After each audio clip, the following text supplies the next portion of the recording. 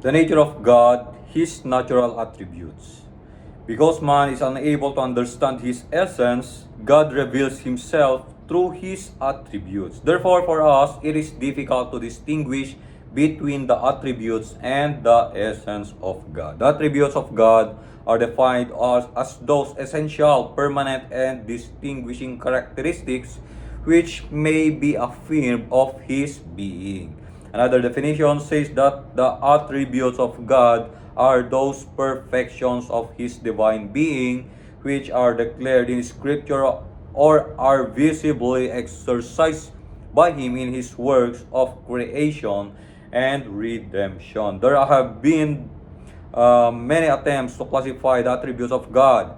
They generally fall into two classifications, natural and moral, or communicable and incommunicable, or positive and negative, or absolute or relative. In our studies, we will classify the divine attributes as natural and moral. The natural attributes of God are the unity, or the naunawaan natin sa last na topic, the unity ay isang essence, not a personality. The Trinity also na-discuss natin na kung saan ito yung incomprehensible, hindi natin lubos na maunawaan, but this is the three persons in one God. And the omniscience of God, the omnipotence, the eternality, the immutability, and the self-existence. This lecture will concern itself with the last 6 of these attributes listed above. Unahin po natin yung the omniscience of God. The omniscience of God meaning is that God is all-knowing. God is all-knowing. The Bible teaches that God is all-knowing and absolutely perfect in knowledge.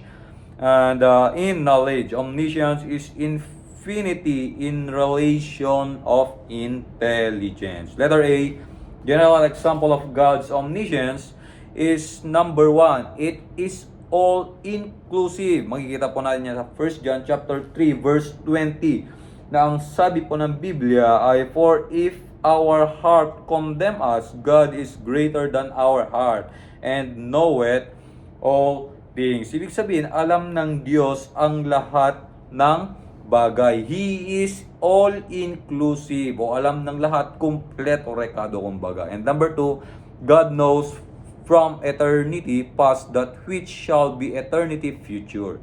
Ibig sabihin, alam din ng Diyos yung eternity past or yung mga past, and that which shall be eternity future, at yung magiging future. And number 3, God knows the whole plan of the ages of and man's part in it. Alam ng Diyos yung plano at yung plano ng isang tao, yung laman ng kaisipan ng isang tao. Alam po ng Diyos yan. God is all-knowing. Letter B, particular examples of God omniscience. Number 1, God knows all about His creation.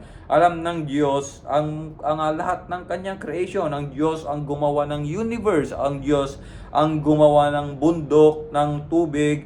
Alam ng Diyos din ang bilang ng stars na sinabi po ng Biblia.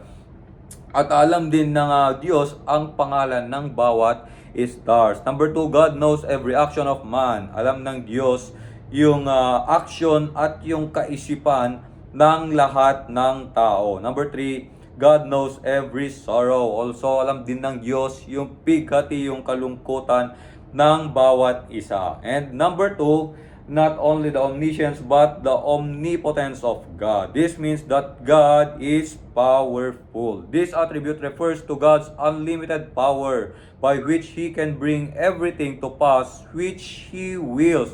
The power that He can bring everything to pass which He will. It does not mean that He can do anything contrary to His will, but if this will so, then He would not be omnipotent but limited only. But dahil sa kanyang kapangyarihan, He is all-powerful, ay hindi niya rin magagawa yung mga hindi dapat kalooban.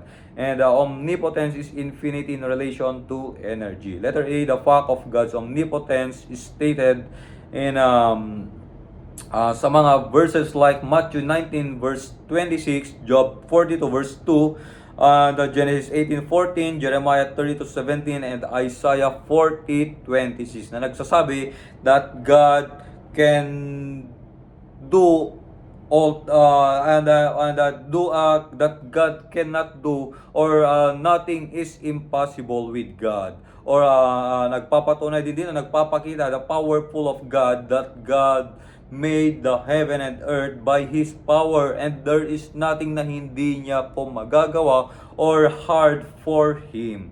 And number one, God's creative power. And number two, God's sustaining power, napapanatili o na binubuo sa lahat ng bagay. Number 3, God's control of the elements. Nako-control din ng Diyos ang lahat ng elemento. Nako-control niya ang wind, ang air, ang fire, and whatever He commanded. And letter C, examples of God omnipotence in human experience. Makikita po natin the example of Joseph. Nakikita natin sa Genesis 39 verse number 2, 3, and 21. Makikita po natin yung the power of God to change the circumstances. Lahat ay kayang baguhin ng Diyos. Lahat ng pangyayari. God can make Joseph prosperous. And then number 2, Nebuchadnezzar.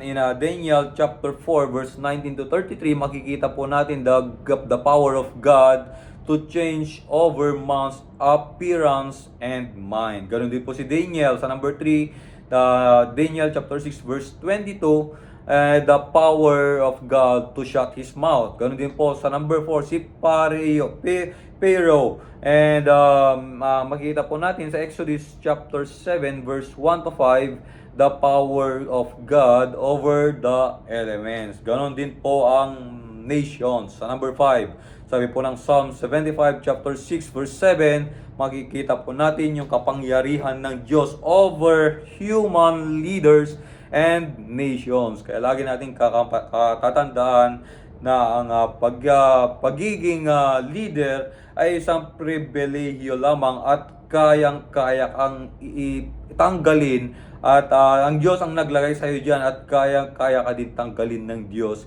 sa pwesto na yan. Letter D, examples of God omnipotence in the spirit realm. Number 1, holy angels are under His control.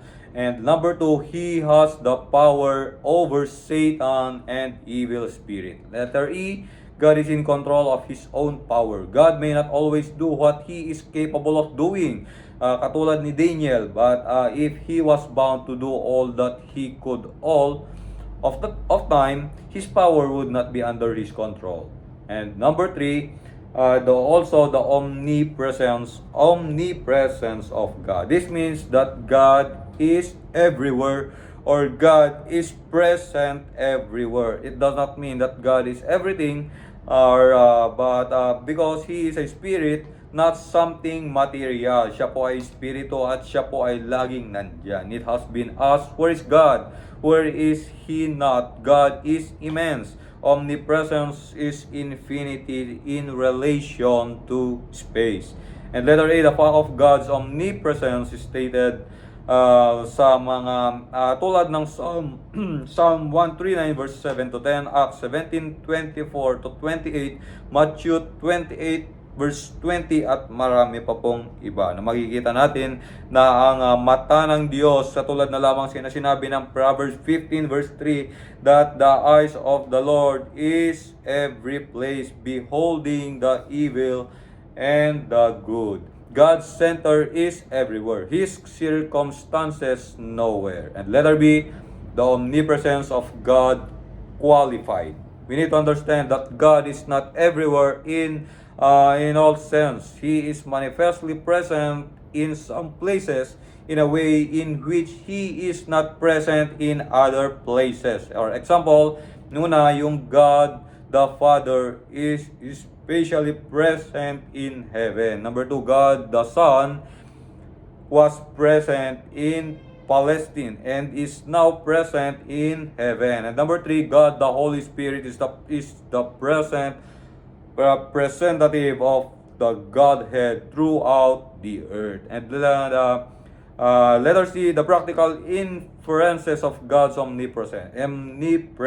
Number 1, andyan din po yung comfort ng Diyos. Sa pangako ng Diyos, and I will never leave thee nor forsake thee. Makikita po natin yon sa Hebrews 13 verse number 5. Makikita din natin yung isang practical inferences of God is number 2, warning, or God is always looking unto us. And letter D, God is immersed. By this we mean that God's nature is without extension. It has intensity without extension. It is subject to no limitations of space and contains in itself that cause of space. And number 4, the eternality of God. This means that God is eternal without beginning or end. This attribute is infinite in relation to time. So what is eternity? Eternity means it is the infinite duration, walang katapusan. In the Word of God, this has uses, 3 uses. Number 1, that the figurative or the denoting antiquity. Number 2, limited, denoting endless existence with a beginning. This is the case of man, everlasting life has a beginning but no end. Ganun po ang an example dito, yung buhay na walang hanggan. Meron itong simula nung tinanggap natin ang Panginoong Hesukristo, ngunit wala itong hanggang buhay at walang hanggang paggawa sa bawat tao na gustong tumanggap sa Panginoong Hesus bilang Panginoon at sariling tagapagligtas. Number 3, literally, denoting endless existence with no beginning. This only refers to God. Eternal life has no beginning and no end. Ang eternal life ay walang simula at wala ding ending. And letter B, the eternality of God is stated. In Scriptures, makikita po natin in Scriptures sa Genesis 21 verse 33 and Habakkuk 1:2 at marami pa pong iba. At sabi dito, God is said to possess immorality. This means there was never a time when God did not exist or ever will be a time when He ceases to exist. Na makikita natin yung eternality ng Diyos, that He will never cease to exist. Number 2, in the name of God, Jehovah, see also Revelation chapter 1 verse number 8. Makikita po natin yon doon. At sa number 5 natin, makikita natin the attributes of God, the self-existence of God. The self-existence of God. It is not correct to say that God is the cause of Himself. The existence of God does not have to be accounted for. And letter A, what we mean by the self-existence of God? We mean that God is absolutely independent of all of all else but Himself for the continuity and perpetuity of His being. God is self-sustaining. He is the first cause, Himself and cause. And letter B, the self-existence of God is stated. The name Jehovah means I am that I am, or literally the self-existent one. And lastly, the immutability of God. This means that God is immutable, or hindi nagbabago. It is that perfection of God whereby He is completely and fully perfect in all His being and attributes, and thereby ultimately unchangeable.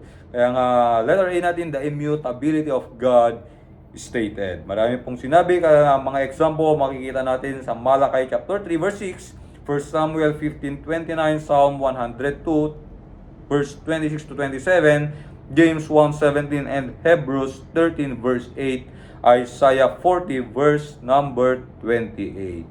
And lastly, letter B, God is that I am. God is that I am.